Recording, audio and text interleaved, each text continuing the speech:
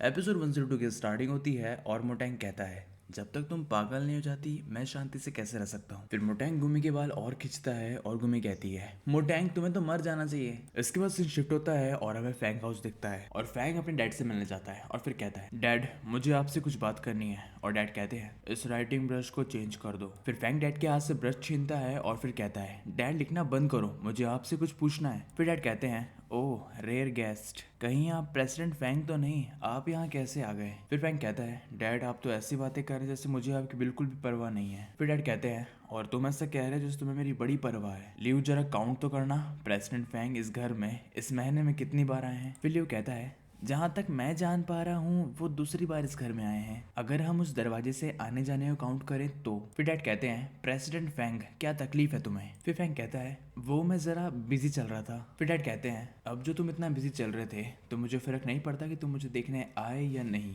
लियो guest को बाहर भेज दो। फिर फैंग कहता है, डैड मुझे माफ कर दीजिए, मैं फ्यूचर में देखना आपसे रोज मिलने आऊंगा, और वैसे भी आप मेरे लिए बिजनेस से ज्यादा इंपॉर्टेंट हो, और इसके अलावा पूरा फैंग ग्रुप आपने बनाया है और मैं सब कुछ आपसे ही सीखता हूँ। फिर डैड कहते हैं, हाँ ठीक है बहुत हो गया, अब तुम फैंग ग्रुप के प्रेसिडेंट हो, अपने आप को एक मजाक मत बना लेना। चलो बोलो तुम मुझसे क्या चाहते हो। फिर फैंग कहता है, 2 दिन पहले ऋषि को अडॉप्ट करने से रिलेटेड मुझे कुछ बातें पता चली है और कुछ ऐसी भी बातें हैं जो मुझे याद नहीं आ रही है। मैं आपसे बस ये पूछना चाहता हूँ कि आपने ऋषि को कहाँ से लाया, वो आपको कहाँ पर मिला। फिर डैड चाय पीते पीते रुक जाते हैं और लियो भी शॉक हो जाता है। फिर फैंग कहता है, डैड लियो आप दोनों कुछ कह क्यों नहीं रहे, क्या ये दोनों सच में ऋषि के पास्ट के बारे में जानते हैं। फिर डैड कहते हैं, अरे मेरी उम्र ज्यादा हो गई है, मेरी याददाश्त कमजोर हो गई है, तुम्हारे क्वेश्चन ने मुझे हिला कर रख दिया है। बूढ़े लियो क्या तुम्हें कुछ याद है। फिर लियो कहता है, यंग मास्टर ऋषि हमें सिटी हॉस्पिटल के पास में मिला था। फिर फैंग कहता है, सिटी हॉस्पिटल।